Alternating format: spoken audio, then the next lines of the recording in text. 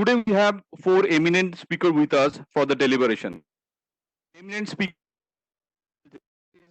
Ms. Andum Indra, Judge Supreme Court, Dr. Abhishek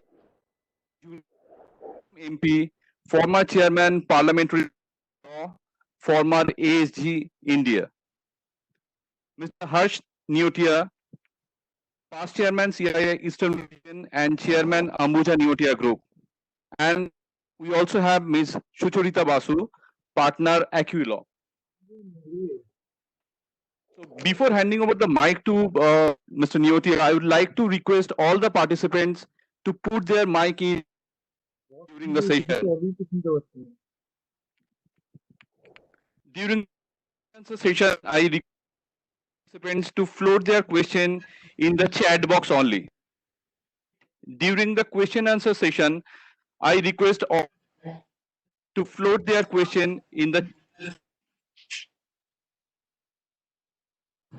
Neotia for note, please. Hello. We can hear you. Yes, sir. You're audible. First of all, sincere apologies to everyone for this delay in getting connected online. For some strange reason, this technology was not helping out. But I'm really delighted to welcome in our midst today Honorable Justice Indu Malhotra ji, Judge of the Supreme Court of India, Dr. Abhishek Manu Singhvi, eminent jurist and third term MP,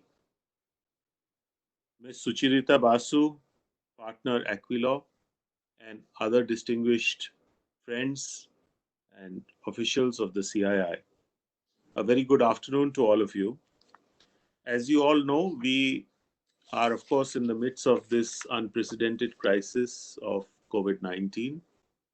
And I will not dwell much on the medical and health related issues, but as we are all aware, this pandemic has also huge implications on the economy and livelihoods of people. So I would like to focus today to say that the business, as we can all see, is hugely disrupted. Lots of industries, lots of businesses are virtually shut ever since the lockdown. Some amount of work is happening in certain sectors, but there are many sectors such as hospitality and tourism, real estate, and many others, construction, which have been almost brought to a grinding halt. All of this means that it is going to take us quite a while to get back to normal, even though some opening up has started in the green zones and some very limited work in the orange zones. It is going to be, I think, at least more than a month to let other things gradually open up, which means that we are going to continuously face the challenges as far as the economy is concerned. We are also aware of the issue related to migrant workers. They have somehow slowly getting to their homes, and it might be quite a challenge getting them back to the work, at least for a few months. So all this means that the economy will be severely in support would be available. Otherwise, it would be very difficult to get the economy back on track. Of course, all of and more we would like to discuss with the eminent panel that is here today. We are also aware that particularly small and medium companies will find it difficult to keep sustaining payment of wages and also to carry on with their limited resources to find the working capital. The pickup in the economy will also be slow. People still have fear of going out and living their normal lives, so consumption would be greatly impacted. Businesses being put under stress and job losses looming large, I think the normal human consumption of non-essentials will be greatly slowed down. So all this will result in many situations. There are many illegal questions that arise uh, in this, and I would be really happy to see how we can get some guidance from the eminent panel that we have.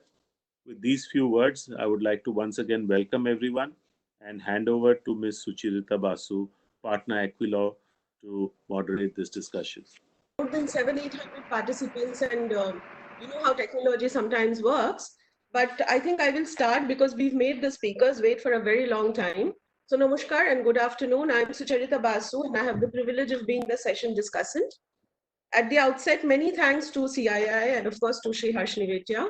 Our gratitude to the esteemed speakers for being a part of this session, and we are thankful to the participants as well, who have joined us from all over the country and overseas and across sectors. So it is indeed an offer which cannot be refused to hear the two stalwarts we have as speakers today, and I have been personally complimented by several people for being able to organize this extremely relevant webinar, which albeit has been the teamwork of all my colleagues at Aquila. So I shall very summarily actually now introduce the session content and set the context. So, and I'll take it forward from where Mr. Nivetia left, is that in April 2020, the International Monetary Fund, they further slashed India's growth estimate for FY21 to 1.9% from an already decreased 5.8% estimated in January 2020, with the warning that this is the worst recession since the Great Depression, and which will perhaps dwarf the economic damage caused by the global financial crisis a decade back. Now, thus we are certainly in very uncertain times, which is unforeseen, which is unprecedented and beyond the control of those very humans who have achieved so much, including going to the moon and back. But today what we are doing is helplessly seeing ailments, deaths, sufferings, poverty, lockdown, closures, joblessness, bankruptcies, and all of this cascading and having an impact in the downfall of the economy. Now here I would like to borrow from a gentleman named Cass Roberts Hunstein, who's an American legal scholar, and who stated that the field of law and economics, it has revolutionized legal thinking. It may well count as one of the most influential intellectual development of law in the last 100 years.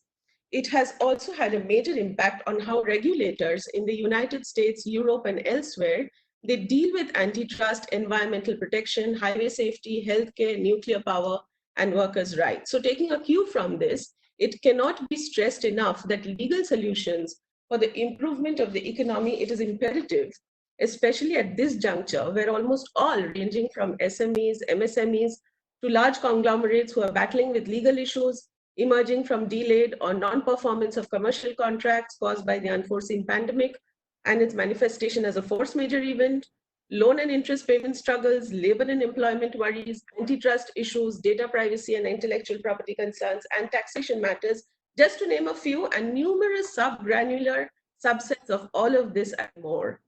So tackling of the situation now and post-COVID-19 therefore does require legal intervention, and a lot of it, and a seamless collaboration between economics and law is perhaps the call of the hour, which is why we thought this webinar is going to be extremely relevant. Naturally, the governments are also releasing orders, notifications, advisories, guidelines, amendments, etc., in order to somehow tackle the commercial concerns, in addition to the more grievous challenge of protecting the health of the population.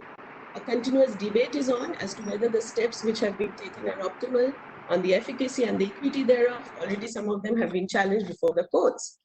Moreover, now our attention is also moving towards reopening the economy while containing the virus. Now this conundrum, it is being faced by other nations as well.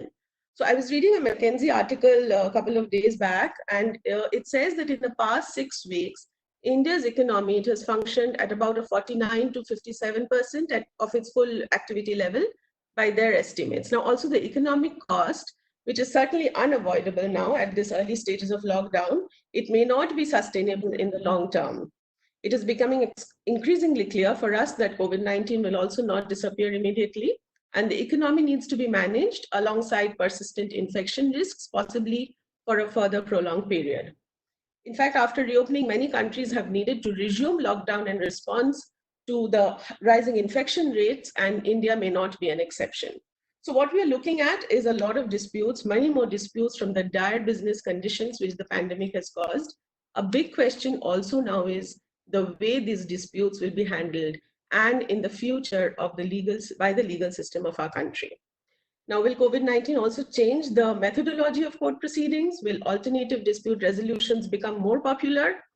If yes, then how can such dispute resolution mechanisms be made more structured, time-bound, technology-driven, and cost-efficient? How are other jurisdictions of the world, such as China, Singapore, UK, EU, Australia, coping up with this avalanche of legal problems which have arisen in the wake of COVID-19? Now, our discussions with our eminent speakers will be on and around some of this. I hope I was audible all through. Clear and loud. Okay, fine. Very well. So our first speaker, and I'm really, my apologies for making her wait for so long, is Honorable Ms. Justice Indu Malhotra. Honorable Ms. Justice Indu Malhotra is an embodiment of legal acumen and has made an indelible impression in the field of arbitration through her resolute endeavor as a legal practitioner, an arbitrator in domestic and international arbitrations, and as an author. Before her appointment as a judge of the Supreme Court, Justice Malhotra had an illustrious career spanning over 3 decades, beginning in 1983. She was the second woman lawyer to be designated as a senior advocate by the Supreme Court and is the first woman to have been directly elevated from the bar to the Supreme Court. Now, we as a nation and also as a global community, we are faced with a catastrophe which has brought a paradigm shift in the conventional business working methods, functioning of our daily lives, and access to justice. And it is our honor and privilege to have Honorable Ms. Justice Indu Malhotra with us today on this session. And we look forward to hear from her as to how we progress and how we transition into a robust legal system, society, business, and economy as a whole, which can bear such shocks in future. Justice Malhotra, over to you, please. Thank you so much. Thank you, Sucharita. Now, COVID-19 has had a devastating effect on the economies of almost 212 countries, which have been impacted by this deadly virus. Some of the countries like India have imposed nationwide lockdowns, which has had a positive effect, that is of containing the contagion and reducing the number of fatalities. And the adverse effect is that it has disrupted supply chains across the world. Consumer spending has taken a huge hit due to restrictions and a heightened insecurity and inclination for hoarding.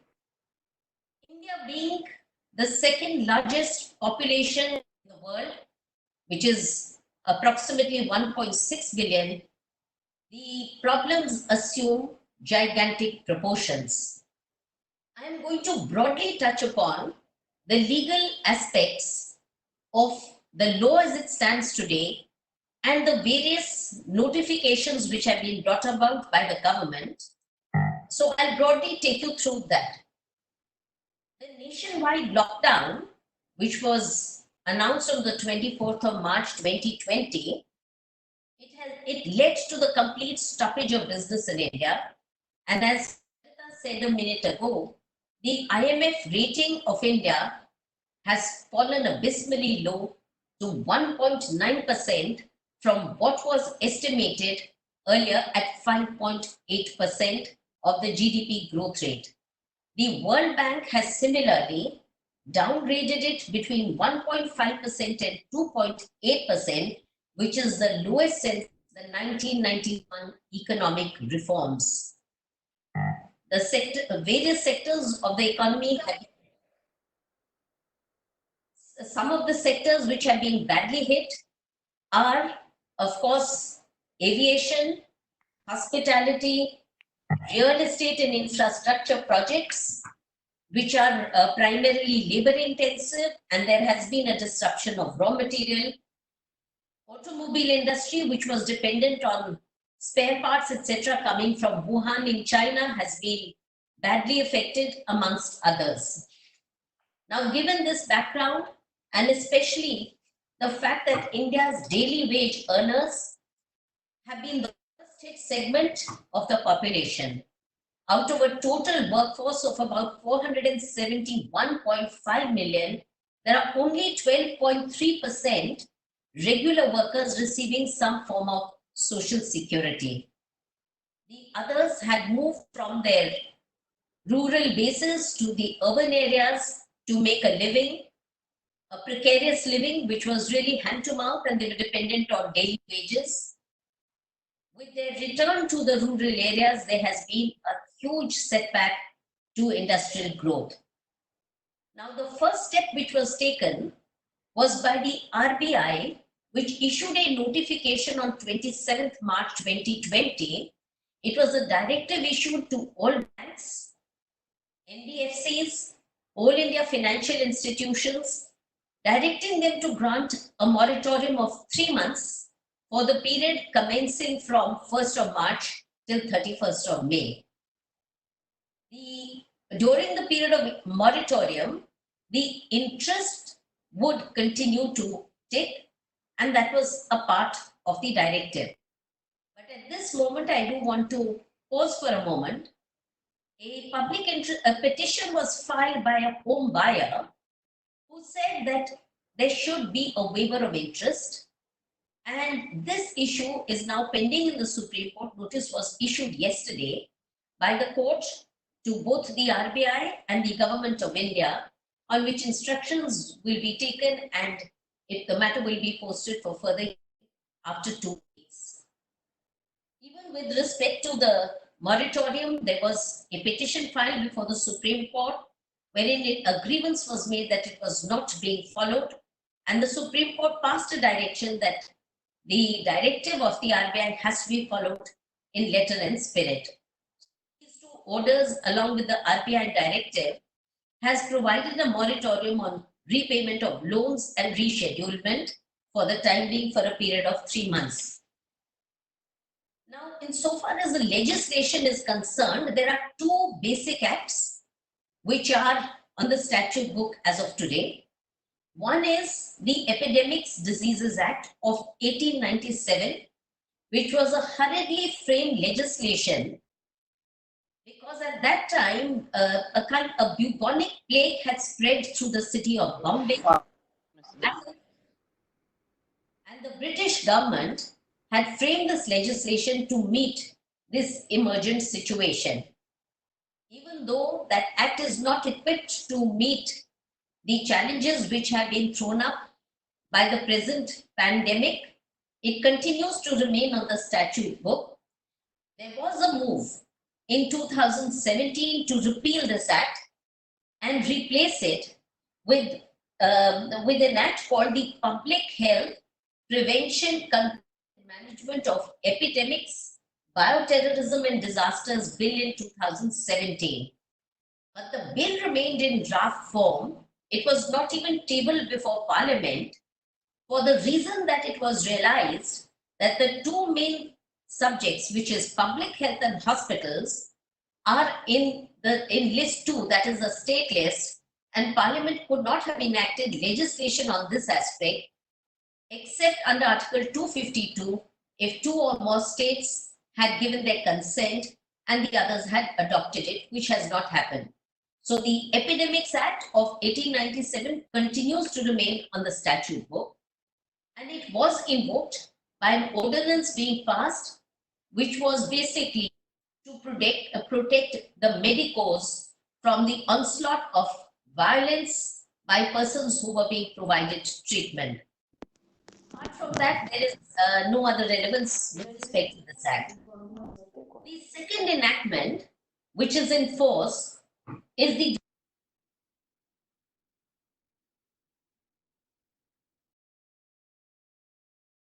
under this enactment that the nationwide lockdown has been exercised. It's an exercise of the powers under this act that the lockdown was announced for the country. This Act defines disaster and disaster management in very wide terms. And I will take a minute to just read the definition of disaster because it's very wide and it covers almost every eventuality. Disaster has been defined by Section 2D under the Disaster Management Act to mean a catastrophe, mishap, calamity, or grave occurrence in any area arising from natural or man-made causes or by accident or negligence which results in substantial loss of life or human suffering or damage to and destruction of property or damage to or degradation of the environment and is of such nature or magnitude as to be beyond the coping capacity of the community of the affected area. This Act provides a three-tier management level. One is at the center, the states, and at the local level. It has various provisions. Section 13 provides for relief in loan repayments. Section 35 provides for measures by the government, various measures which can be taken by the government for disaster management. Section 71 bars the jurisdiction of all courts except Hello? the High Court and the Supreme Court. And 72 gives it an overriding effect. It's under this act that various notifications have been issued by the ministries, by various ministries to give effect to measures to alleviate the problems which have arisen in the wake of COVID-19. The first one, the first one was the 2020, February 19th, 2020, the Finance Ministry issued a notification defining a force majeure clause and particularly the COVID-19 being a force majeure provision. Several other notifications have been issued by the Ministry of Shipping, Ministry of Labor. All of these notifications are being issued under this Umbrella Act. The implementation of this act is being done by the National Executive Committee. And the first pan-India disaster, that's COVID-19, has led to the invocation of this act for the first time. There have also been amendments which have been effected to the Companies Act, which have been issued by the Ministry of Corporate Affairs, which provide for board meetings to be held through audio-visual means for transacting business. There have been also an amendment to the rules with respect to the holding of board meetings and certain provisions granting extension of time for holding AGMs, etc. The IBC has also been amended, and those provisions are of importance, particularly the monetary threshold for initiating corporate insolvency resolution process. It has been enhanced from 1 lakh to 1 crore, and it is to protect the small, the micro, and the medium enterprises from proceedings being initiated against them under this provision. The Finance Minister has also made a statement on 24th of March saying that they are closely watching the situation, and if it becomes necessary, they may put Section 7, which is initiation of the CIRP by a financial creditor, Section 9, which is initiation by an operational creditor, and Section 10, which is initiation by the corporate applicant themselves, in abeyance if the need arises. But that is still in a process of contemplation. The NCLAT has passed an order on 30th March that the period of lockdown, which was ordered by the central government and state government, shall be excluded from the period of the resolution process under Section 12 of the IPC. Provision has been made for exclusion of the period of lockdown, even with respect to liquidation proceedings of a corporate debtor, by the insertion of Regulation 47 capital A in the ILBBI liquidation process second amendment regulations of 2020. I will now go in with I will deal with the aspect of the functioning of the courts. COVID-19 has led to a dramatic change and transformation in the functioning of the courts. There has been a wholesale scaling down of the conventional operations to prevent litigants, lawyers, court officers, and the judges from being affected by this contagious virus. The use of technology has assumed critical importance. A notification was issued by the Supreme Court on 22nd March 2020, wherein it was directed that hearings would be conducted by video conferencing with enhanced use of technology. A beginning has certainly been made, but it is going to take some time to operationalize it.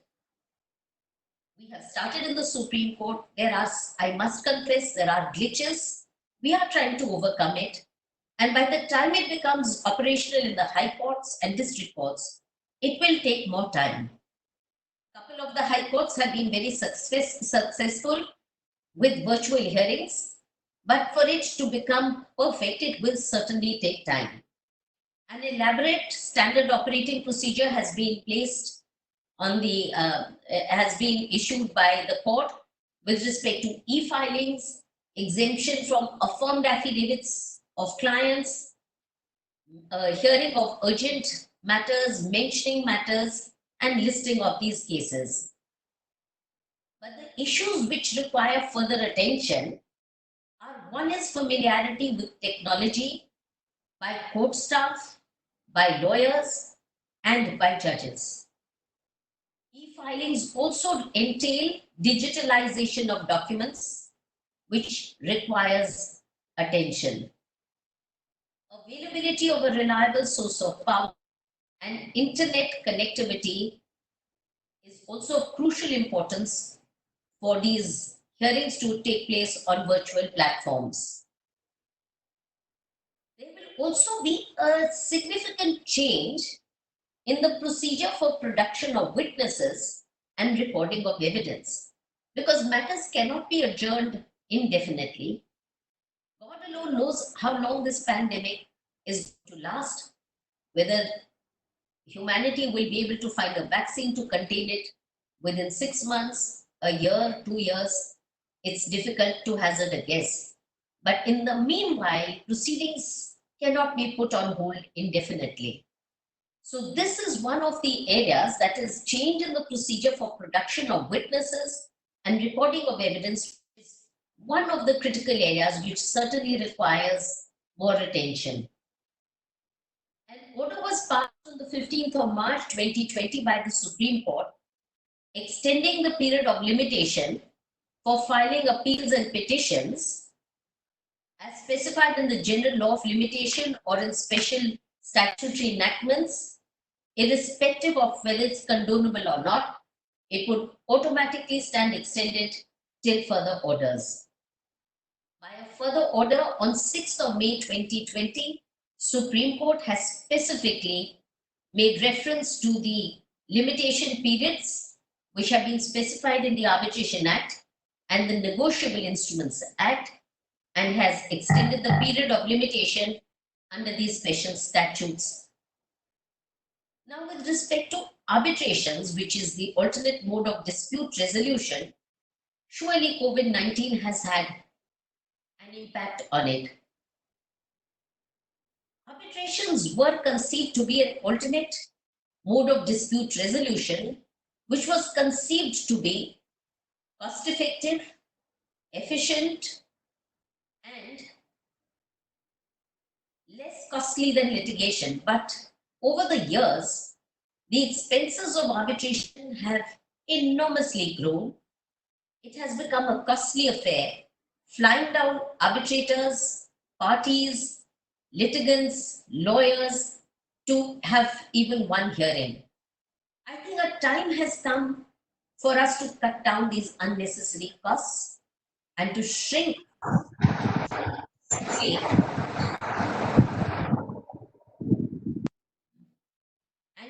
the expenses with respect to all these unnecessary travels.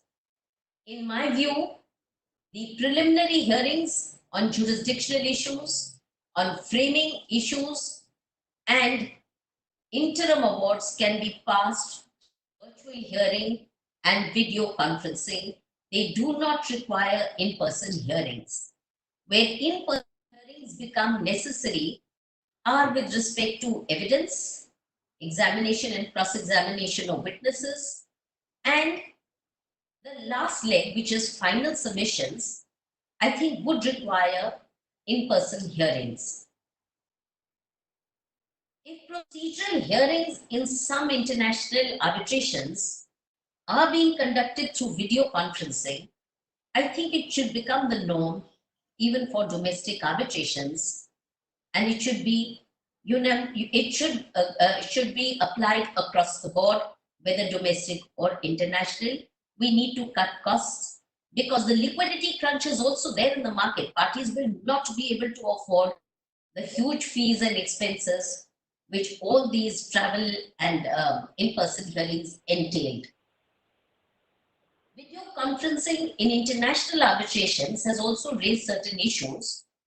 One is the logistics when parties reside in different parts of the world. The second is availability of an effective internet connectivity. The third is over-speaking and confusion on virtual platforms, possibility of technical glitches, and experience of cross-examination is not the same as in-person hearings. So these issues will have to be dealt with by the efficient use of technology, and probably at least all the other hearings as of now can take place while the evidence and final submissions could be deferred for some time. To overcome these issues, whether in court hearings or in arbitration, the role of IT has become very critical in the administration of virtual hearings.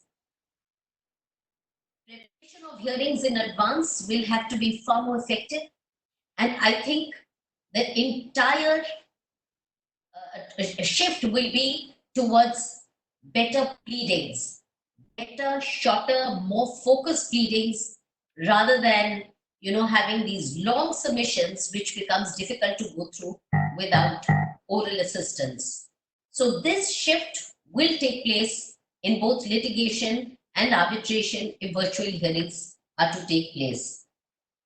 Another aspect which is of importance when the pandemic continues to remain rife is the appointment of emergency arbitrators.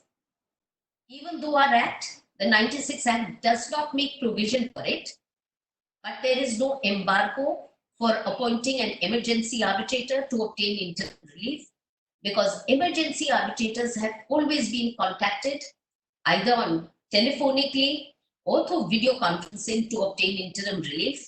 And the definition of an arbitral award is an inclusive definition which should include an award passed by an emergency arbitrator.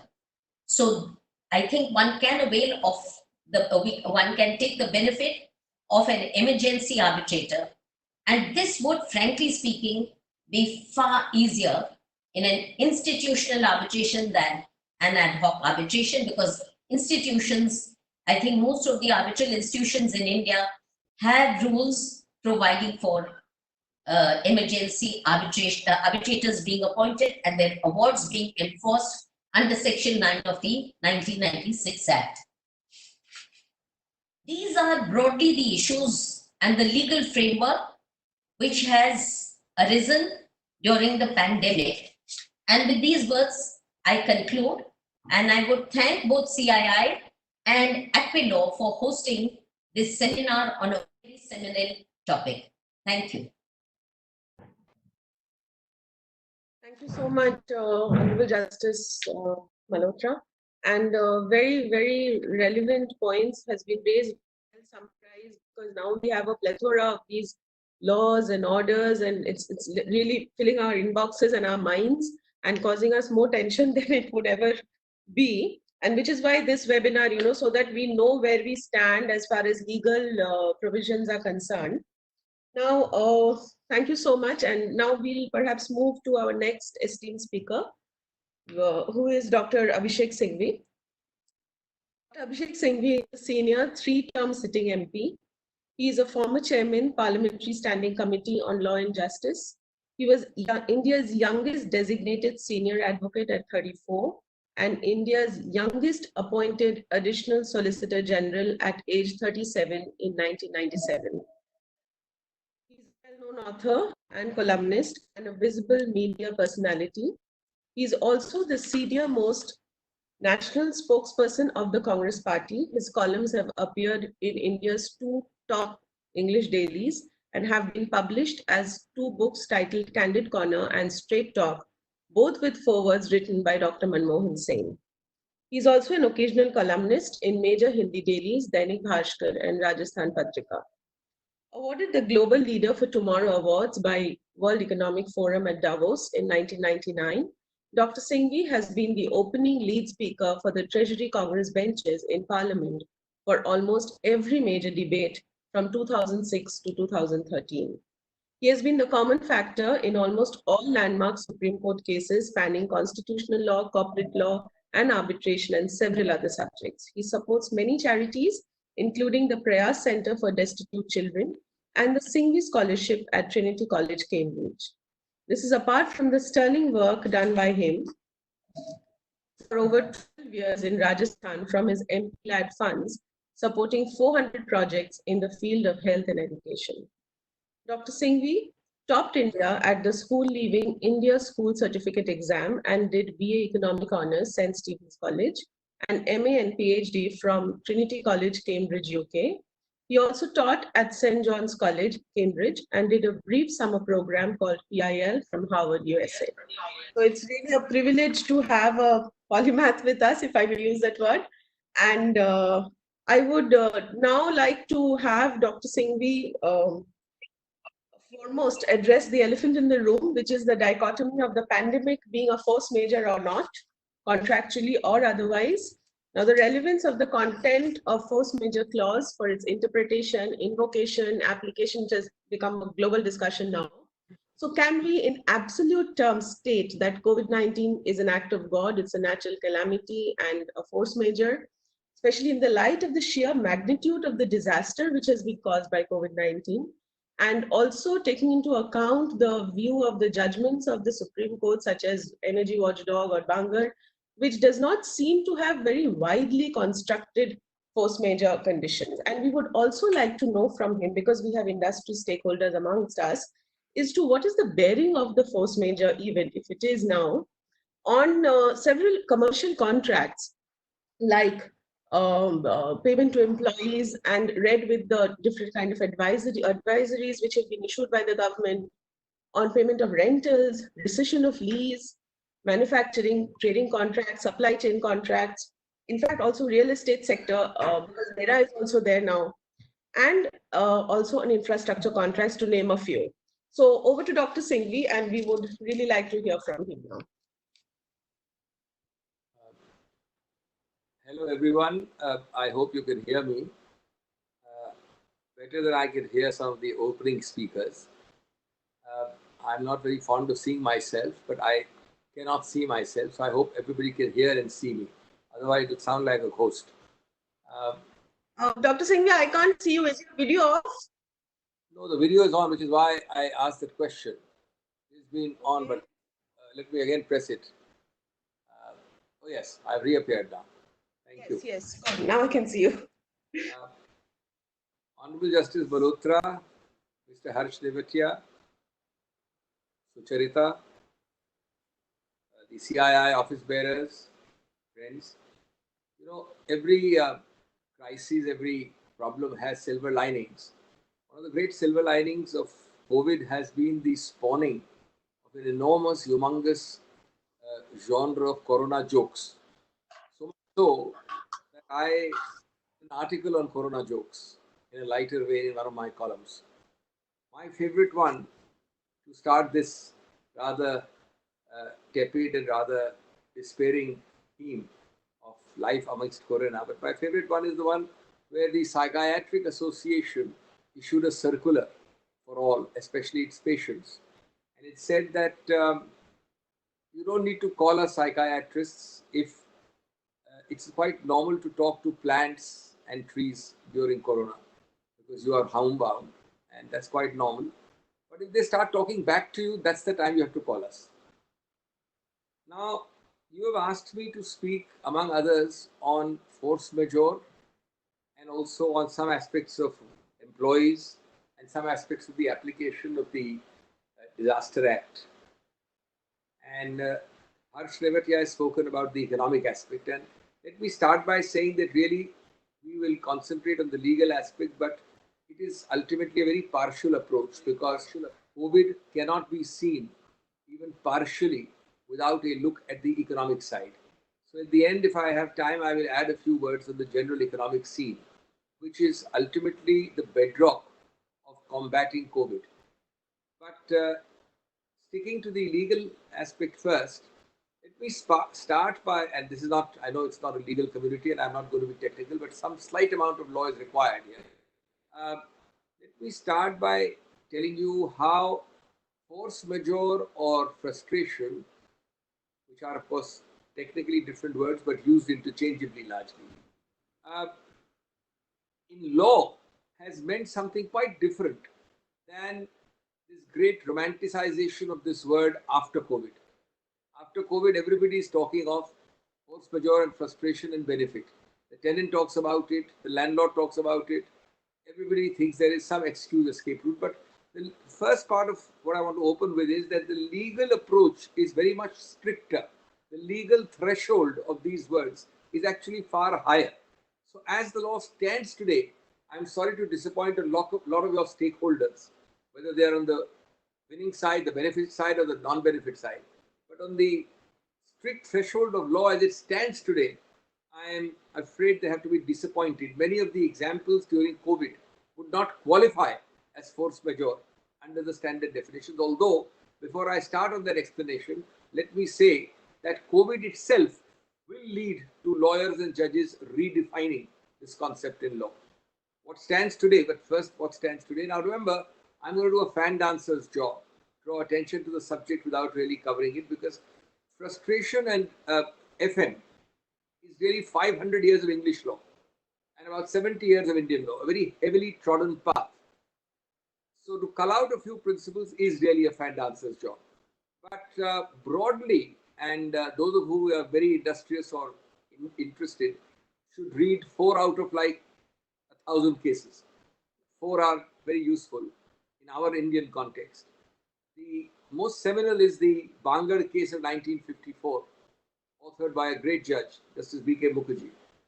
And in between, there are the Alopi case of the 60s and the Nehati case of the late 60s, 1968. And then you bring up to speed with the recent judgment of Justice Nariman in 2017, as you just mentioned, Energy Watchdog. Now, in a nutshell, what are the principles culled out from this 500 years of jurisprudence in England and the 70 years in India? One, that though the Latin phrase from which it comes, vis major, originated from physical issues, earthquakes, tempests, typhoons, force majeure has been acknowledged to be a wider term, much wider than the narrower Latin phrase vis major, from where it draws its sustenance. Second, that though we have a plethora of English law, we have to ultimately be bound by 2 of our main sections of the statute, which I'll not bore you with, but they are the guiding sheet anchor, section 32 and section 56 of the Contract Act. And ultimately, we have enough law that English law remains only of persuasive interest.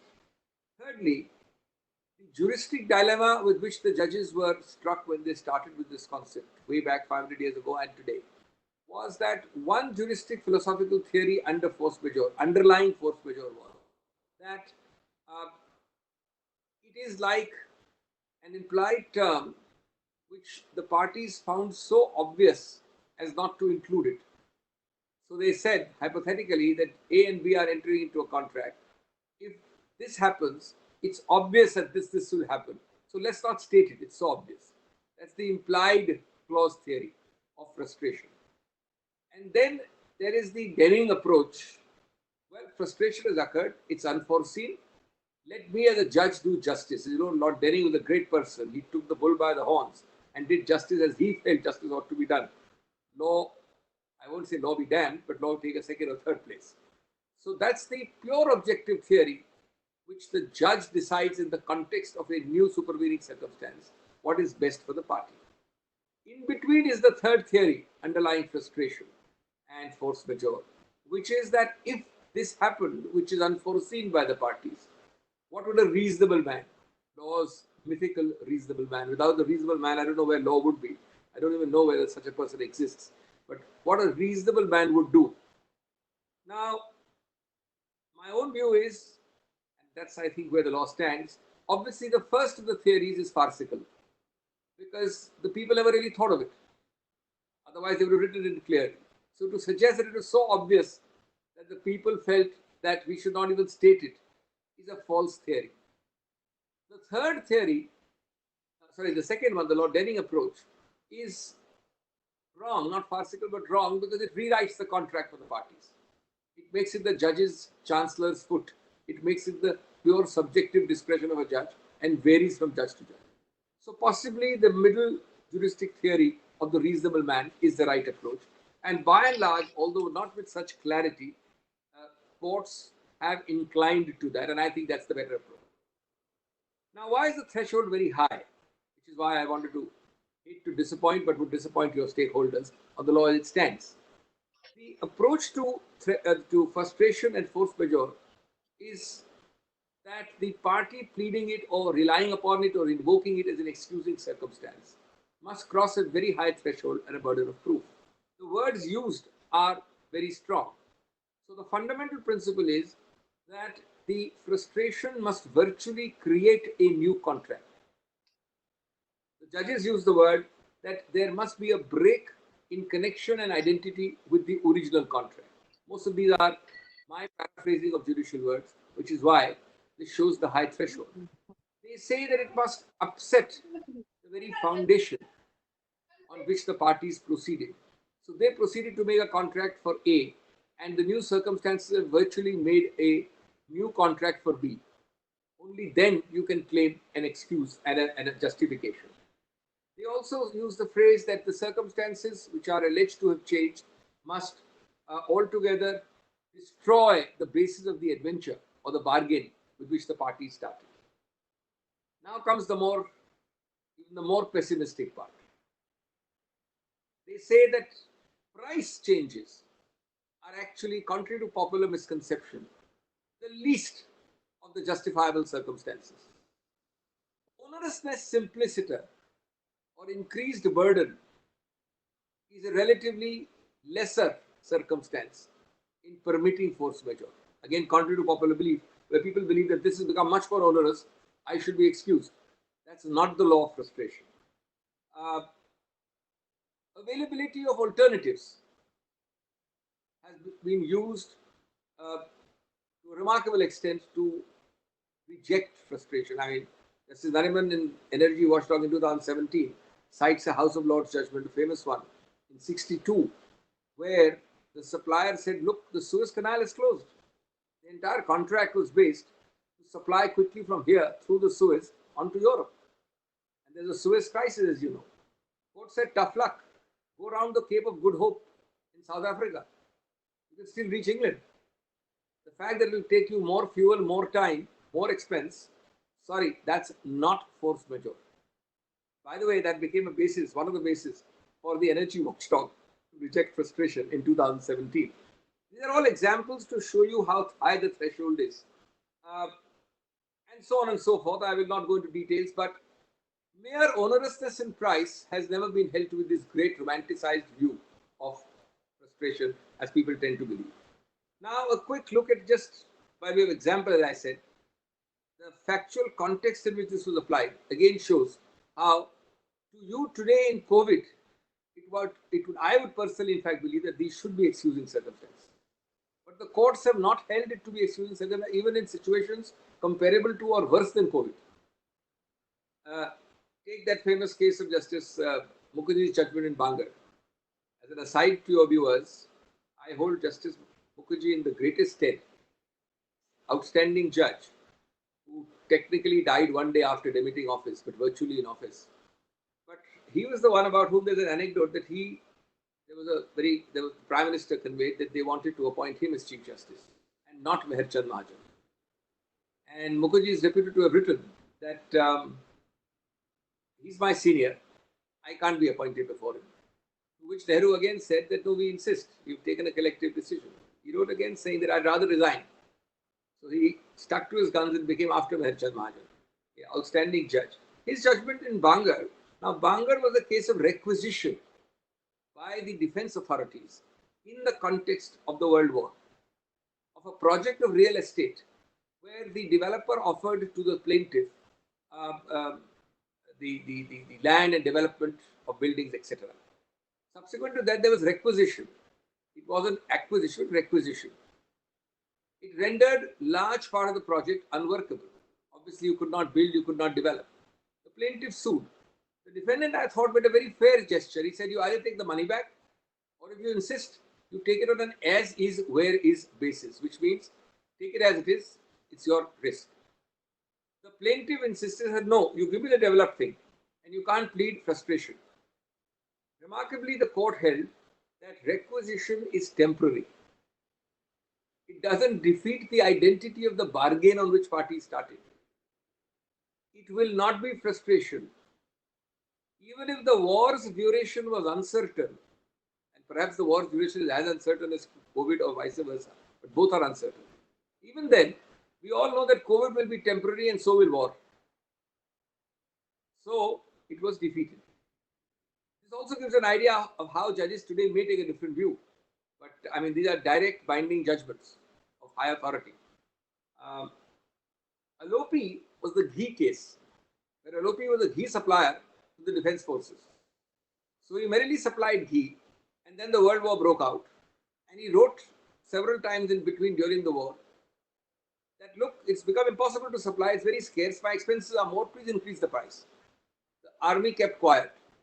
He then claimed in his suit to also talked and said that they assured me that they will look into it. Anyway, the war ended. He claimed, the court said, tough luck. This is not sufficient to enhance your price. And they emphasized there, one of the points I made earlier, that price or onorousness is not a consideration for. The third one, Nehati, was in a sense a worse case because a supplier of jute, which was sourced from Pakistan. Nehati was in the aftermath of the 65 war with Pakistan. The case arose during the war, but it was decided obviously 2-3 years later. And so he said that, look, I am ready to supply, but there was that because it was sourced from Pakistan required a license. So the license was rejected. The court nevertheless rejected the plea of force majeure on two grounds. First, it said that the rejection was not a ban, because it was a case-by-case rejection of license, which is understandable. He got rejected on the individual facts of his case, not that there was a ban on Pakistan-sourced jute. But the second part is interesting. They say that even if there is an embargo on Pakistan-sourced jute, it would not absolve altogether the parties from their obligations in the contract. Because you have to just find jute and supply it, although it was clear to everyone that Pakistan also sourced them. And these are tough cases. I mean, they are not cases I necessarily agree with. But this is a consistency between the independence onwards. And now you jump 3 decades and you continue to find the consistency in Energy Watchdog. Now, Energy Watchdog, where I happen to appear for the losing party, who claimed that the basic and the entire bargain was based on supply. The party was a corporate, very big corporate house in India, which is an electricity supplier. They sourced their coal. It was a coal-based plant. And they said that everybody knows the entire basis is Indonesian coal. And they produced the law by which Indonesia trebled or quadrupled the cost of its coal. It was not even a regulatory statute. And they said this is impossible. And we proved, in fact, we virtually proved by showing that the supply of 1 unit of electricity will costs 10 rupees, and the tariff which I will get is 3 rupees. So I can't be expected to supply on a loss arbitrage of 5 rupees or 7 rupees. The court was very sympathetic. They looked at the law and they then held there is no specific condition of the contract which says that this will be only on Indonesian law. The contract is for electricity. How you source coal is your problem, although we understand that parties proceeded on the basis of Indonesian coal. But the contract doesn't say that you will make electricity only out of Indonesian coal. So you jolly well source it from somewhere else. Second, they cited this Greek case I told you, that you have to find alternative sources of supply. And thirdly, they again repeated these principles that this is not a change in identity or fundamentals of the contract. It is largely a price or onerousness plea. And onerousness pleas don't impress us that much. This is 2017, a rather pessimistic response to your stakeholders who might be wanting to invoke. Now, of course, COVID will change even these cases, I'm sure. But this is where we stand. Now, let me quickly go on to an application and then come to the other topics. One area where it arises obviously is tenancy. That's the simpler one. And you know, tenancies of various kinds. There is that big tenancy of office, there is a medium tenancy of shops, and then there is a residential tenancy. But broadly, the tenancy field is clear that, look, I could not use it. And of course, it's in a way, it's sector neutral. It could apply to sectors from restaurants, to individuals, to shops, to offices. But again, even more pessimistic than the Indian threshold. Already you have the Indian law. And since the interruption of tenancy doesn't arise in residential cases where people are living anyway inside, but in other cases, would be temporary. So the temporariness has been a major ground for rejecting force majeure. And it doesn't create a new contract. It doesn't render it completely finished. But now comes a worse example beyond Indian law. The closest analog I found was a very interesting Chinese judgment, but Chinese only in form. It's a Hong Kong judgment applying English law. Very interesting. Directly like COVID, because it arose in 2003 in SARS. It was a SARS case. That's the closest you will get to force majeure and COVID. The very well considered judgment by a lower court judge, but very well written, relying on House of Lords and others. Basically, it says that, look, the landlord entered into an agreement with the tenant which included a lock-in. So when this SARS happened, obviously the tenant ran away because he found a couple of chaps in his building having SARS. And he came back after 2 months. And meanwhile, he told the landlord that, look, thank you, goodbye, Tata, I want to leave. You better keep the deposit which I have given you, but I can't maintain the lock-in. It is a small deposit. The landlord sued. He said, no, you jolly well keep my lock-in. I gave you a lock-in for 2 years. And he succeeded in this judgment, which emphasized the entirety of the law which I have said, including 500 years of English law, because Hong Kong still applies English law, although it's Chinese territory. And in that, there's a very interesting sentence which says, to the best of my knowledge, in 500 years of English tenancy law, nobody has had 500 years of English tenancy law, nobody has had a successful plea of force majeure. That judge did some research. And then he relied on 2 or 3 House of Lords judgments, which are very interesting, which I don't have the time to go into. So that's as far as the one particularized application on tenancy goes. Another application could be on issues which are related, for example, to contracts, supply contracts. Now, I am entirely in agreement that if you have a highway, for example, being made, and a highway requires a period, there is a milestone system, and there are penalties and termination, LDs, and what I call invocation of bank guarantees on milestones. So the period during which there is a lockdown would clearly by any court be held to be excluded. Because lockdown means you can't build a single inch on the highway. But only that period. So if you are behind by 10 years, you can't get COVID of 1 month or 2 months. But the more interesting and larger issue is that there are also compensation clauses which permit the highway contractor to claim against the highway owner?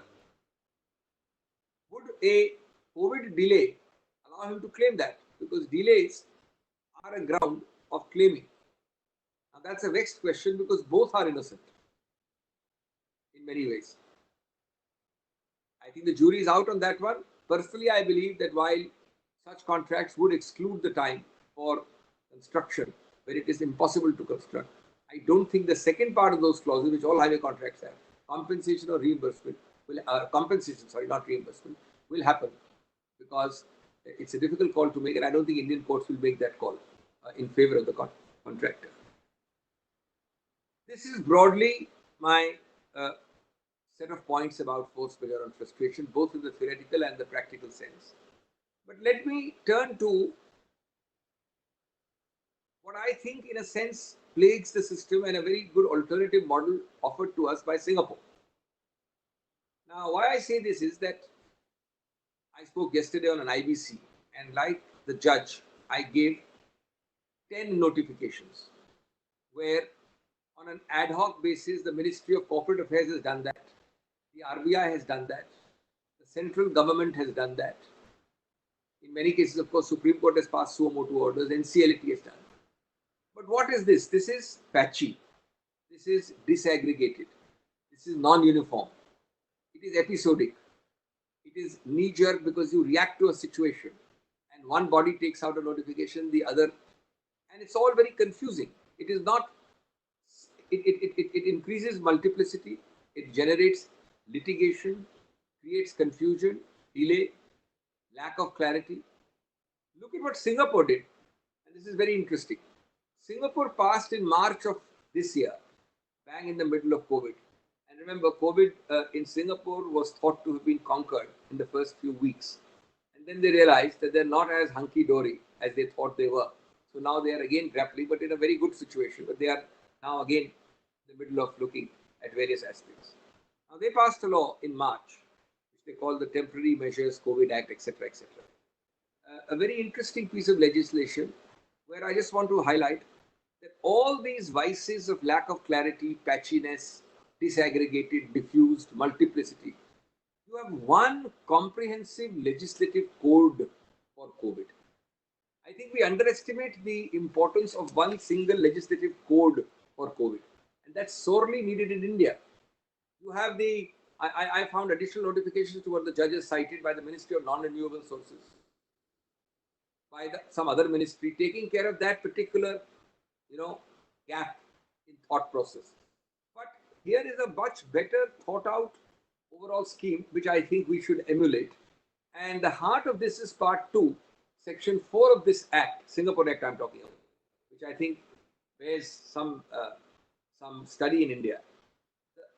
Starts with section 4, which says this applies to all contracts. So all contracts are taken care of, except to those who enter into a contract during this period of COVID, which is defined in the Act. Very nice thought that if you and I enter into a contract with the knowledge and the risk of COVID, then the contract will govern, not the Act. And they include it to apply to all government contracts also. So the government is not exempt from the Act. And very simple, lucidly put sections. Now 5 is the heart. It says, this shall apply, A, where a party to a scheduled contract has an obligation to be performed after so-and-so date. They give a date according to COVID. B, they are unable to do so and the inability is caused to a material extent by a COVID event. And C, that the party which is so materially affected gives a notification to the other party. 3 simple tests. Then comes the other part of section 5. That if this is there, what are excused? And this is, I think, the heart of it is section 5.3. It is about 2.5 pages, 2 pages. I cannot read it. About 22 examples, very precise, are given where force majeure and frustration will apply. Now it's your choice. You need not have everything. You may have some. It's a very incomplete and a unsatisfactory way of leaving it to judges case to case to create these categories. Now here, look at this list. I'll give you just 4 or 5. The comments, they are all suspended or will not affect one party prejudicially. The commencement or continuation of an action in a court against A or A's guarantor or surety. B. The commencement or continuation of arbitral proceedings, Justice Malhotra has talked about it. The commencement or continuation of arbitral proceedings. The enforcement of any security over any immovable property. Of course, Singapore has followed the model that if you want to protect against COVID, protect fully. They have no half measures. So even the beginning of a commencement of an arbitration is stopped. You can't go into it. The enforcement of any security over any movable property. The making of an application under Section 210 of the Singapore Companies Act for a creditors meeting. Of course, all suspension of limitations. Suspension of IBC, what they call insolvency and bankruptcy there in that country. And then so many more. I mean, I can't take you through all 2 pages. The appointment of a receiver or manager over any property, the commencement or levying of execution distress, and so on and so forth. And then, after this very comprehensive list, which remember, the virtues are of certainty, clarity, and specificity, and helps everyone, it goes on to then create in Section 10 onwards a very nice scheme of assessors, who are junior judges, who will assess the material impact and the causation from COVID. So you can't make a fake plea. This is a material impact, but it has to be a material, first it has to be effect adverse, then it has to be materially adverse, and then it has to be from COVID. Then you get these benefits. So the whole structure is created, and then it goes on from later sections to deal specifically, another very good aspect, unlike Indian law, it is very patchy, with construction contracts, one whole section, then with tourism related contracts, and so on and so forth.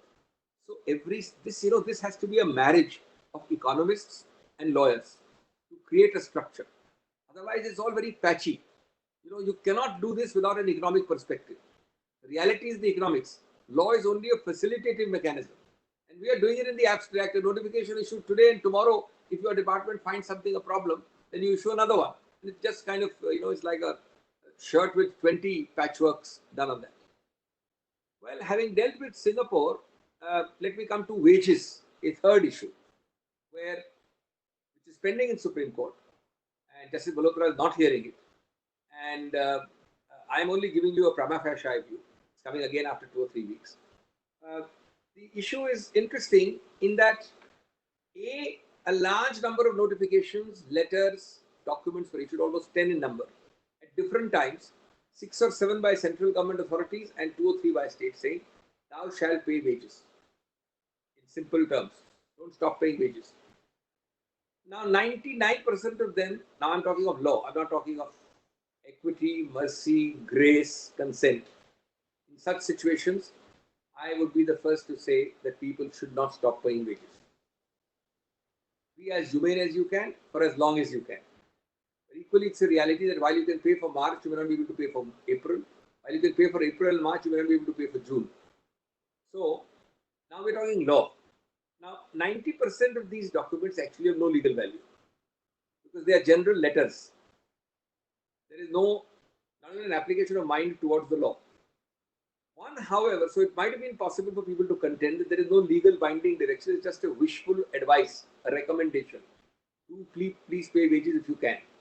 But on 29th March, they did issue what I think at least claims to be a delegated legislative notification under Section 10(1)(a) of the Disaster Act. Now, therefore, this part that there is no binding obligation because there is no law will not be right because it decides 10(1)(a). However, if you go to 10(1)(a), there is nothing, it seems remotely, present to the mind of the legislator regarding wages. It doesn't seem to connect with wages. So ultimately, this will await the wisdom of the Supreme Court. A, the challenge will have to be to the notification which there is, one batch. B, it has to be to the validity of Section 10 itself. A, because the notification is ultra vires, and B, because 10 does not purport to talk of wages, and C, because 10 may be violative of some part of the Constitution. So it has to be a tripartite 3-level challenge, which will then be looked at by the Supreme Court. As I leave this part of wages, I must add a practical point. The practical point is, my own view as a practitioner is that I doubt very much if any bench will easily, in the interim, at this stage, interpose itself to stay a direction to pay wages. It just seems to be that the optics of it and the reality of it is very difficult to conceive where this would meet with success at this stage. What happens after final hearing after 6 months, I don't know. Then the fourth aspect, which I think I was asked specifically, was about this point about workers when they're allowed to come back, infecting other co-workers, and the liabilities of workers or of the employer, more importantly. This is a very technical and a very narrow topic, so I don't think we just consider this because this could be discussed separately. But let me just give you a few bullets. It is an important area which is, I think, forgotten. And this is going to become more important in the next month onwards, or the later part of this month, when slowly people are limping back. And I think it really concerns the employer, not the employee who infects his co-employee. The employer will have to be very careful in terms of strictly going by the rule book on all lockdown and reopening conditions. That's point one. It literally has to look at them with a magnifying glass and observe them in letter and spirit. Two, if he is kosher on those conditions, namely that it is very clear that he is not violated, he still will have to have a whole proper paper trail with videography to show. Because there will be people who will try to take advantage and say that, look, he was negligent. And this law is loaded against the employer unless he is very clear and very clear about keeping his paper trail and his videography about observing the conditions of there's a whole list of items you have to do to reopen. Sanitizer here, distance so much. There is even, I believe, I've not checked it up, but I believe a very interesting rule which says there must be an informal whistleblower inside your organization who will blow the whistle on you about not complying, and he has to be notified separately to the authorities, etc., etc. So, but what does it all show, this part?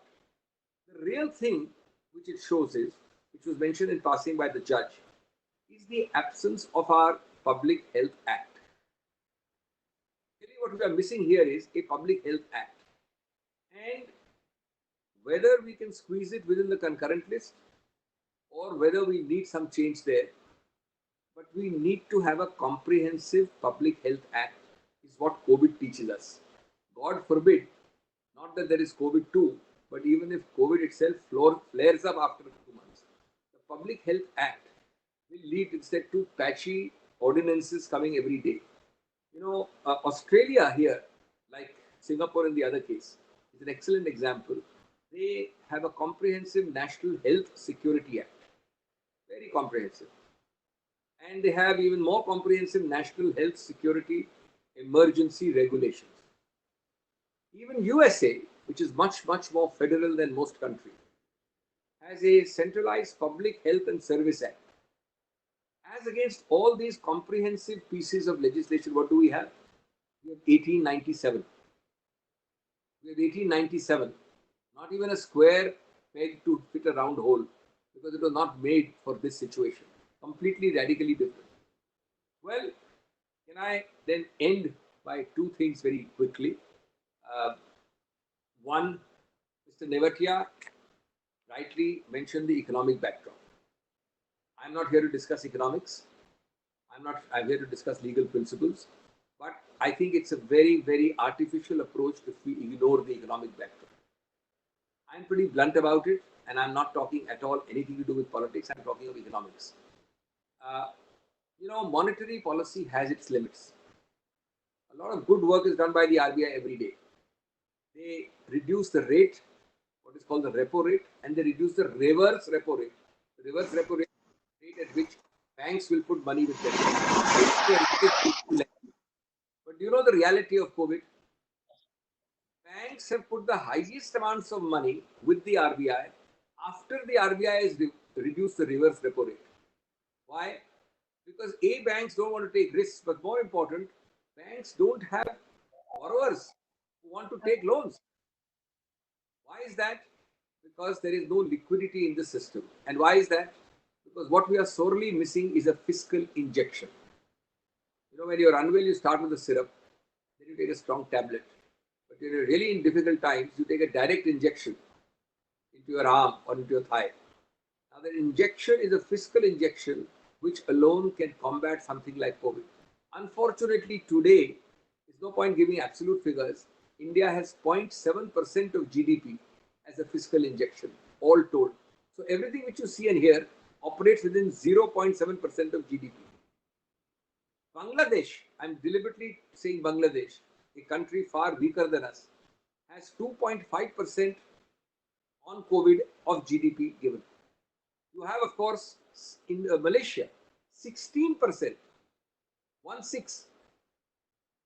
Japan, 10%. And then, of course, many countries, USA 10%, Germany 20%, Spain 15%. So there is no substitute for fiscal injection. And then, of course, within that injection, you can have at least two targeted sub packages. One for migrant, one for MSMEs. Today, 40% of our exports, 45% of our other activity is all MSME based. 12.5 to 15 crore unemployment or employment trigger on this sector. You have to have it, otherwise all these seminars and legal principles are, incidentally, when just the judge mentioned, there's an interesting debate going on about two things which the judge mentioned. And I'll just take 30 seconds to mention that. The IBC, I believe, is very rightly expanded it from 1 lakh to 1 crore. It's very right. Because we don't have the infrastructure to deal with 1 lakh. 1 lakh's value today is nothing. And therefore, it's a trigger which is very low. But the object of helping MSMEs, there's a whole argument, not entirely wrong, out there saying that while MSMEs can't be sued easily, equally MSMEs themselves can't sue. Because MSMEs get their money from a lot of little bigger enterprises. And their right to go to IBC may itself be also affected. That's the flip side of this increase. But of course, on balance, I think it's a good move. And again, an example of our bureaucratic approach in India. The RBI notification which the judge mentioned, 27th of March, gave very little, of course, according to me, it deferred. It didn't give any interest waiver. So you actually end up paying even more money if you, add the interest in many cases. But forget that. Well-intentioned move. But look at this funny part. 27th March, the RBI said you defer and roll over for 3 months, which means you get a 3-month benefit. 90% banks have applied it by counting March as the first of the 3 months. So the deferment runs from March, April, May. And it says from June you start paying. So they say at least you start asking us to pay from July. When the deferment is given on 27th March, this is the bureaucratic approach of banks. I don't think the RBI intended it like that. It's a minor thing, but it's given an approach of how things can mean very different from what you intend them to be. Well, I think that is, there are other issues about court functioning and else, which we don't have time for maybe in questioning. But at the end of it, I want to only say this, that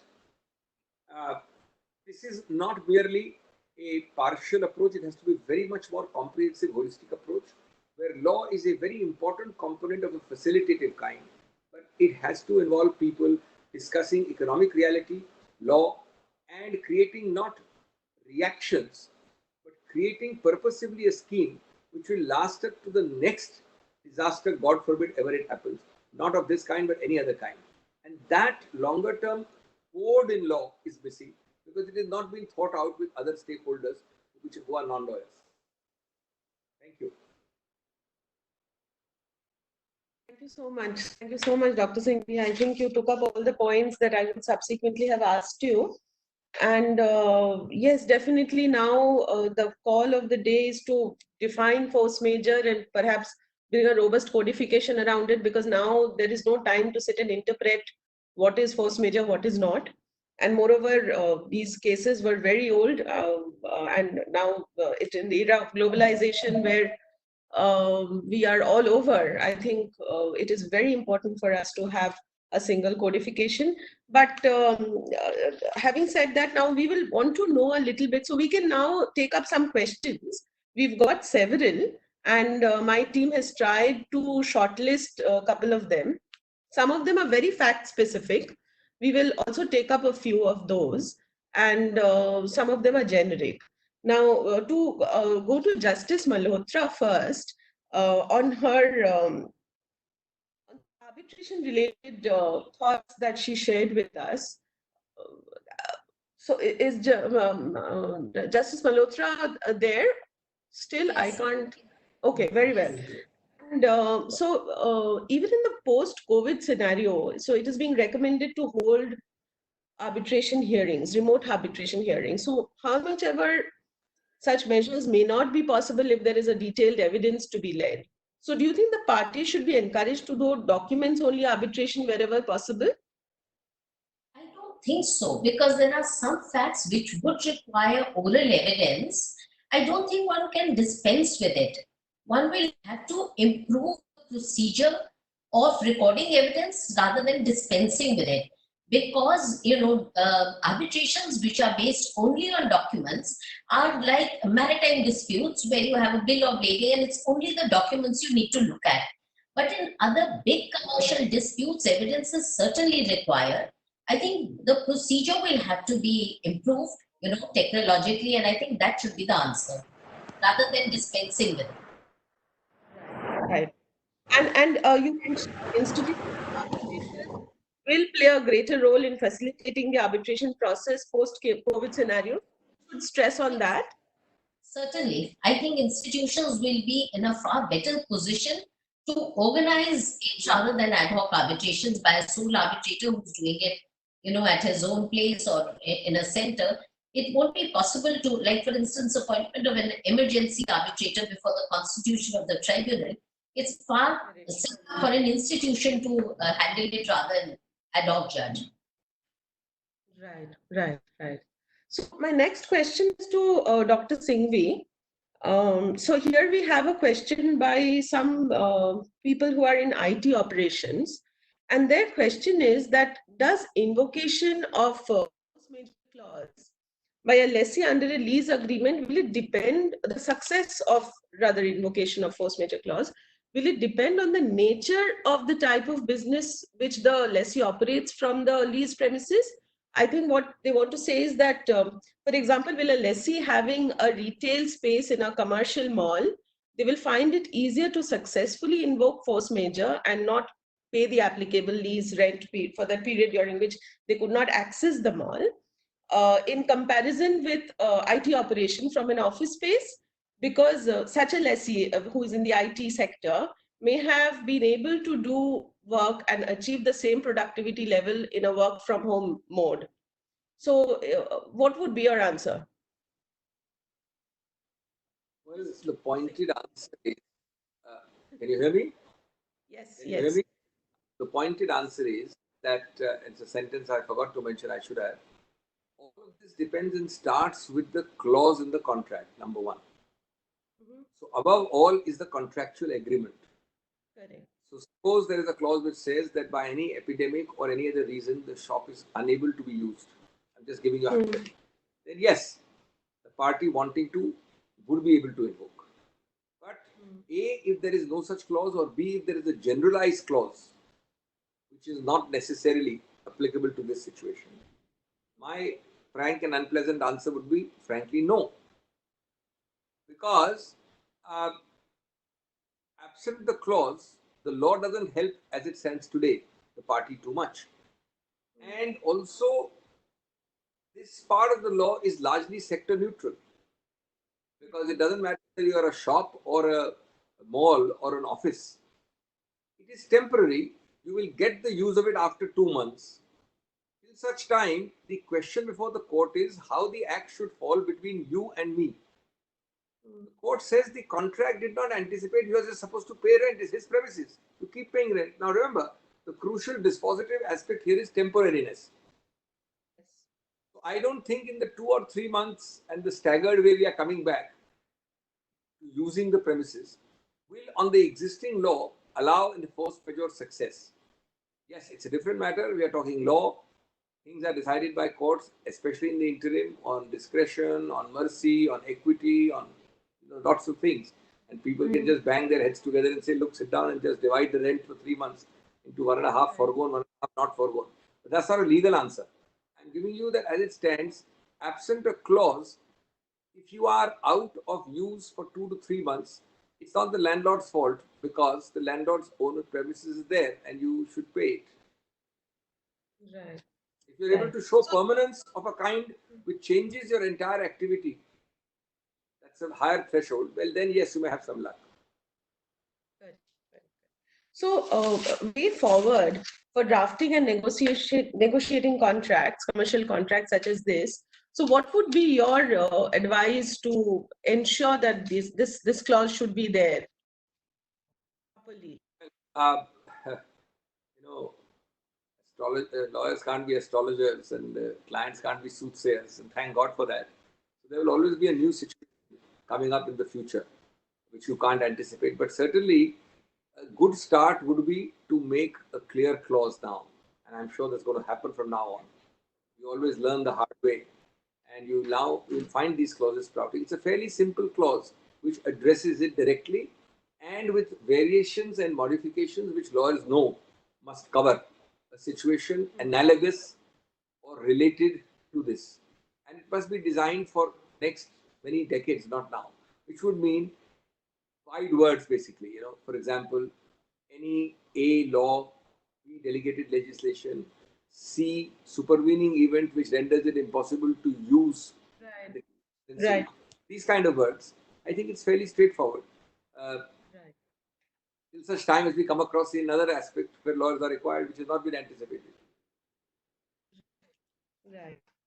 So, Justice Malhotra, we heard about from Dr. Singhvi and of course from you that the necessity of having a single code for the commercial aspects and also the necessity of having a single code for the health aspect. Now, what are your thoughts on it? That, for instance, this force major thing, which is now being left to the test of court, what if we would have, like how Singapore has? Is that a good idea? I know it is not such a good idea for lawyers, but now we have to be very, very magnanimous and think about the humanity as a whole. So is that a good idea?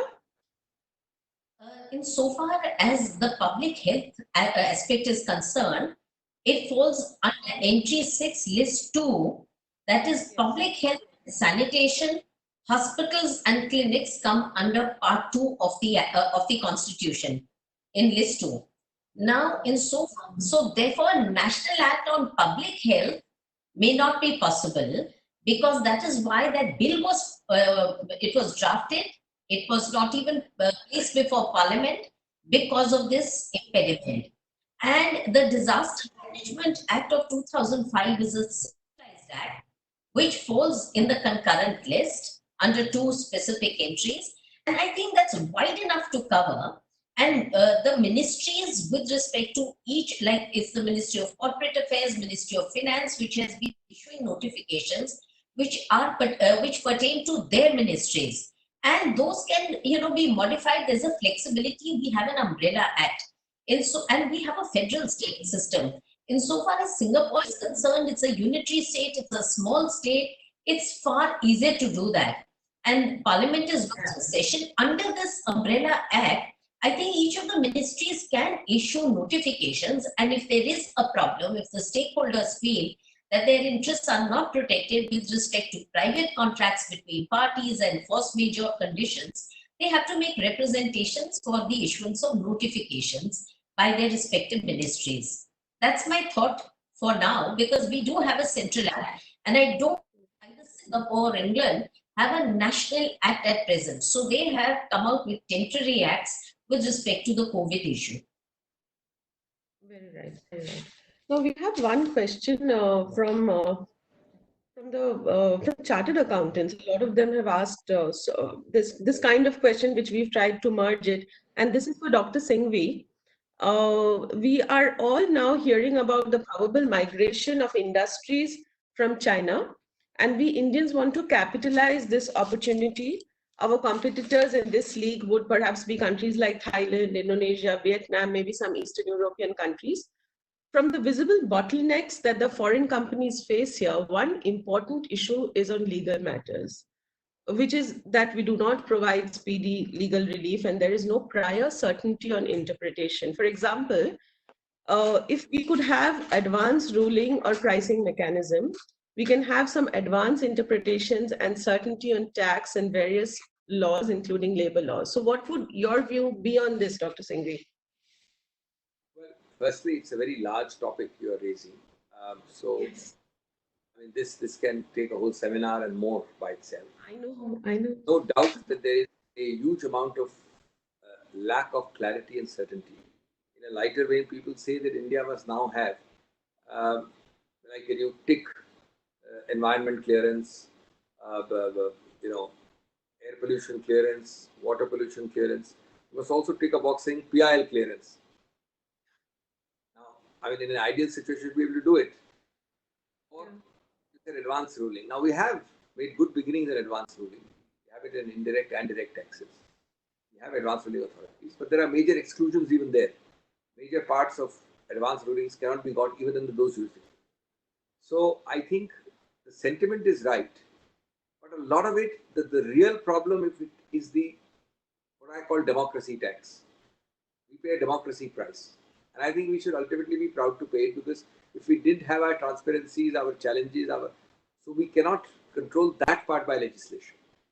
The extent you can control by legislation, you must. You have to, judges have to become more uniform. Judges, PI, for example, is an unruly horse. It depends very much on the dexterity of the rider.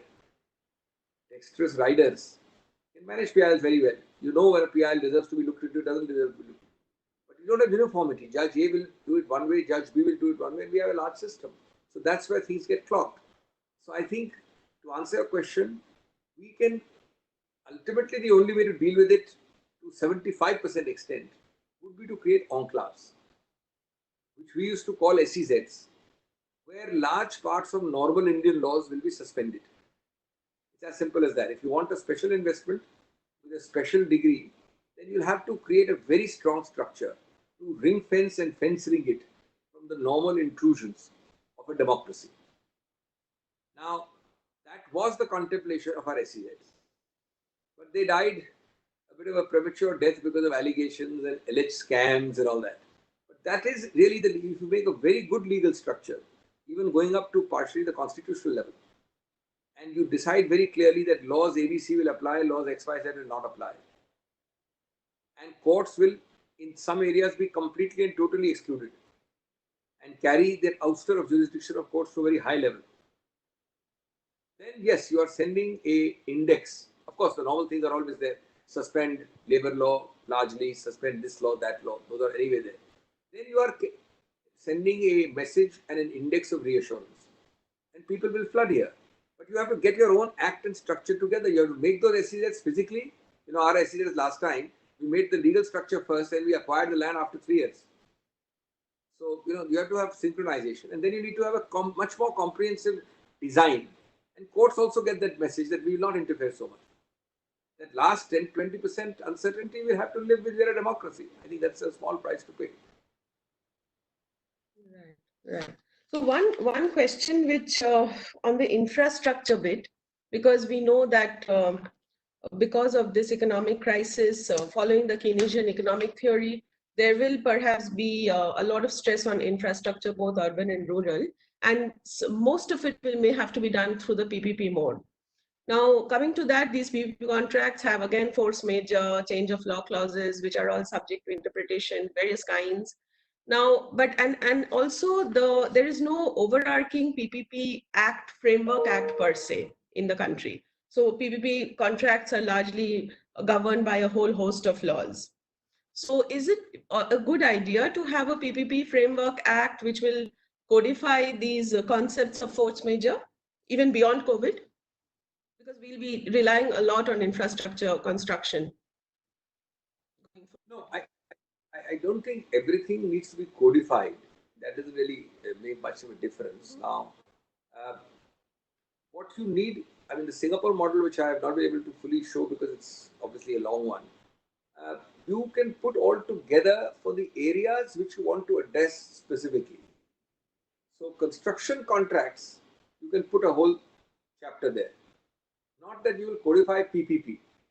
PPP codification can be a very uncertain exercise and a difficult exercise. PPPs arise in different situations. But yes, the principles of construction contracts during COVID and pandemic times can and have partly been done in Singapore.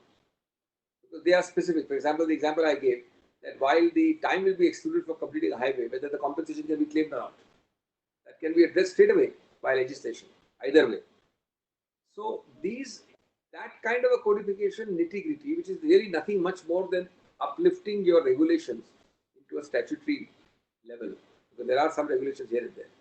But generally, I am not much in favor of having a PPP thing, because PPP will depend very much. You have to have flexibility in the joints to create a PPP mechanism in individual sectors. Plus, there are sectoral laws on PPP as well, so it could be a exercise which may take some time also. So we'll take one or two questions. Do we have time? Do we have like 3-4 minutes time? The speakers? Then Oh, yes, most of them, have been very broadly answered. And 5 o'clock or 5:05. Yeah. 5 o'clock. So it's like 4 minutes from now. So most of them, the questions that we have, they are very pertinent, and they have been at a macro level been answered by the speakers, be it wages, be it force majeure contracts, be it government contracts, and wage cuts, MSMEs. All these have been answered. Now I have a very large questions, which is the last question, as I can see in the text box, which perhaps I'll read out. My question is to both the eminent panelists, that whether it is arbitration, mediation, conciliation, or any other modes of dispute resolution through online methods of dispute resolution, but where is the education to apply these procedures in the grassroots level of our legal fraternity? There are lakhs and lakhs of our friends from the legal fraternity who make their day-to-day living in lower and district courts. There is no infrastructure for them to access online ways of dispute resolutions. Online methods of dispute resolutions may sound good for the selected few of the legal fraternity, but not for all in the present structure. Even resolving matters through online to some extent is not transparent to some extent apart from the technical issues. I think this is a very emotional question. We should take it up.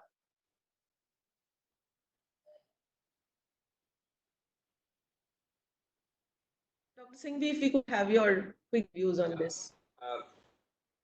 It's an important question. I understand his emotion, but I don't agree with him. I'll make my points in very few set of points, because it's otherwise a very large issue and really deserves a longer discussion. I wish we had come to it much earlier. I wrote a piece on this in the Indian Express about 3 weeks ago.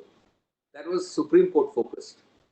But I said that, there must be an attempt that when we come back to see, there is no two-way categorization of COVID and normal.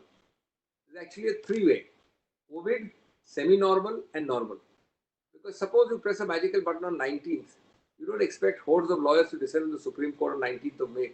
The lockdown is over. They should not, and certainly I will not. So you have semi-normal, intermediate phase going on till August or whatever, and then you have the normal. Now for that, you need to work towards a system where technology, even after we are in the normal, 25 to 33% cases could be done like this to make it the normal across the country. Number one point. Number two, why are judges being made to grapple with such small things? 50 crores or less in the Supreme Court will do it to augment all the capacity. 35 judges can sit in 15 benches, according to me. And I have written in the article that 7 of those benches can deal with 10-year or more cases on virtual lawyering, the old cases. And the balance 5 can continue to deal with the current, and you must maintain the very strict filing norm. Because otherwise, kachra does get filed. To avoid the kachra filing, you must have the strict norm of filing. But you don't have the capacities. People are crying for internets. Why should that be? In 2020 of India, you talk of superpower. I think it requires and the Supreme Court is passing directions about COVID measure relief, this and that, and it cannot get for itself this amount of infrastructure, which should not be the job of the Supreme Court. It should be supplemented by technical, bright young people. Number 3, I think it is an overstated and an exaggerated viewpoint that lawyers are not computer literate for this thing. Everything requires a certain time. But today, you'll be surprised how people in the villages are literate on their mobiles and how much they can use. It's only that some amount of force is required for a few days to make them use it. And slowly, the object should be that after September, October when we come back, even then 25 to 33% hearings should be by this method. And I see no reason why not. Number 4, I find judges today sitting together in the virtual hearings I do in the Supreme Court. I'm quite surprised. Why should they be subjecting themselves to non-social distancing? The reason I'm told is because they may not have a system to converse with each other. Now, that's a very silly thing according to me. Why can't there be a mute button where the judge can mute us all and talk amongst each other? And this is all technology, and judges are not supposed to do this. This is technology to be supplied by somebody. Number 5, judges want to work. They say there's a problem about the papers, and if you touch the papers, you'll get infected. Not digitized. Point is that this is the divine and the comic. This is very, very small things which are holding us back. For the time you'll have to wear gloves, and there is no business why in the last 2 months people have not digitized a large volume of record. Just consider if out of 15 benches, 5-7 benches sat on this video conferencing, I'm talking of Supreme Court, and did the old 10 years and more and 5 years and more cases. It will easily dispose. And remember, always one side in India wants delay. So you have to have some element of compulsion. One side of the two parties wants delay. So you have to say that we're going to take it up, otherwise ex parte. Now coming to the bottom of the heap, there is a genuine problem, but not in big towns, not in rural India. There are people, even our district courts are very well equipped. So don't think. Yes, in some genuinely rural areas, there is a problem. That's where you have to take the next 6 months to make an effort. Otherwise, I can tell you that in district courts, whether it's lawyers or others who are making excuses in not wanting to do it. Otherwise, many people are happy to do it. In fact, I have done the hearing when once the Supreme Court system failed, we did it on WhatsApp.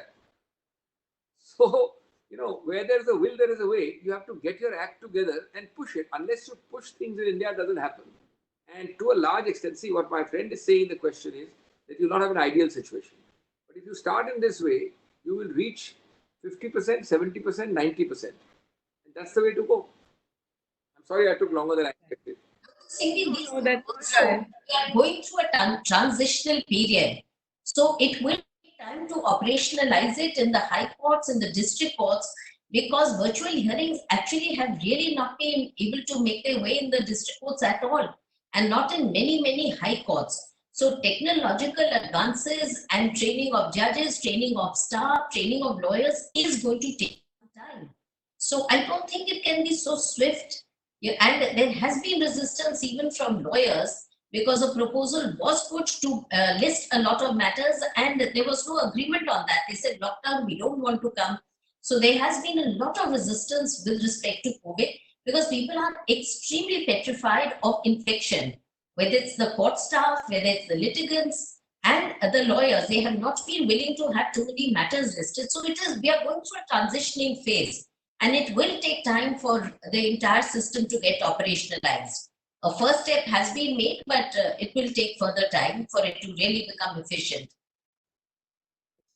Yes, I completely agree. So necessity is the mother of invention, and that is how it has been for centuries.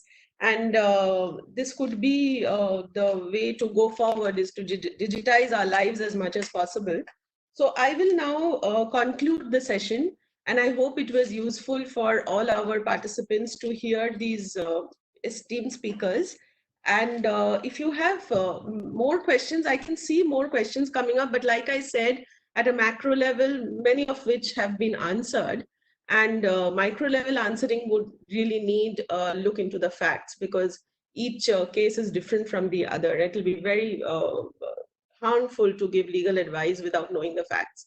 So on that, and of course, to conclude it, how I started it, and Mr. Nevatia also started it, is that law and economics will now have to go hand in hand, and we have to evolve situations which can be applied to resolve this entire thing, so that we can revive the economy, we can ourselves stay safe. And I'm sure the international community and all of us will be working very, very hard towards getting where we should be now. And so I must thank the speakers. I mean, I can't express, I'm losing words on how much grateful I am feeling to both of them for having participated in this session. And thank you very, very much. I hope it was worth your time. And thanks so much. I'm really grateful. We all are. Thank you. Thank you.